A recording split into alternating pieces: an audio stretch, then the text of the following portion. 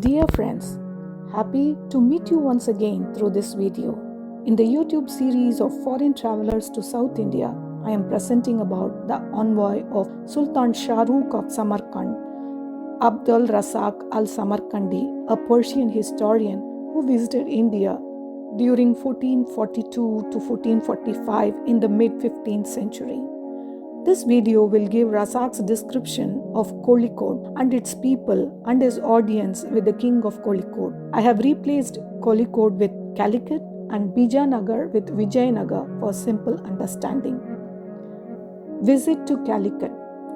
The blacks of this country go about with nearly naked bodies, wearing only pieces of cloth called langots extending from their navels to above their knees.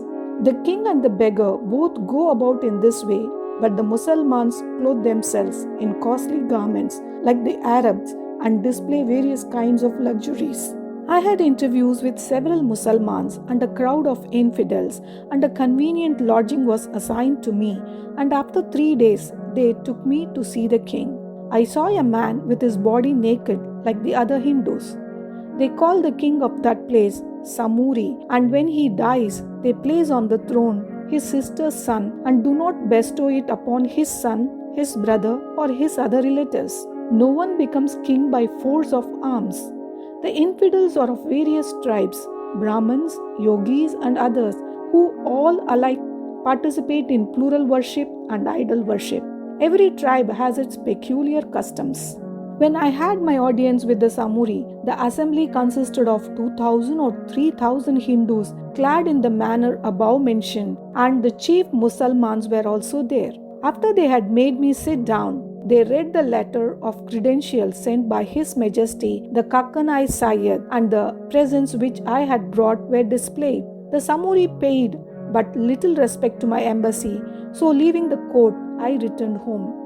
The party of men whom the king of Hormuz had dispatched on a separate ship with several horses and other goods collected from various quarters were taken on their voyage by hard-hearted corsairs, private shipping and trading people of France, robbed of all their goods, and with difficulty escaped with their lives.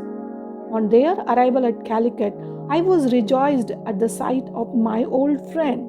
One day, suddenly someone arrived and brought intelligence that the king of Vijayanagar, who possessed a large kingdom and an important sovereignty, had sent a herald with a letter addressed to the Samuri, desiring that the ambassador of His Majesty, the Kakkanai Sayyid, should be instantly sent to him. Although the Samuri is not under his authority, nevertheless, he is in great alarm and apprehension from him, for it is said that the king of Vijayanagar has 300 seaports, every one of which is equal to Calicut, and that inland his cities and provinces extend over a journey of 3 months. Calicut and certain other ports along the coast as far as Kyle, which is opposite Sarandip, also called Ceylon, are situated in a province called Malabar. Ships which depart from Calicut to the blessed Mecca are generally laden with pepper. The men of Calicut are bold navigators and are known by the name of Sons of China.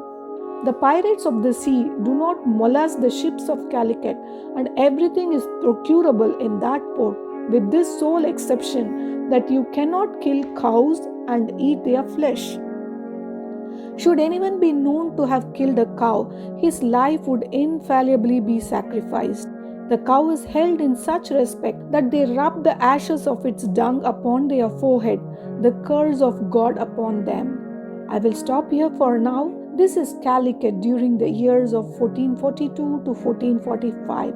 I am presenting the content from the book named The History of India as told by its own historians, the Muhammadan Period, from the posthumous Papers of Sir H.M. Elliot, edited and continued by Professor John Dowson, published in London in 1872. I have many more interesting facts told by Razzak. We'll meet you soon with another video giving the description of places visited by Razzak from Mangalore to Vijayanagar.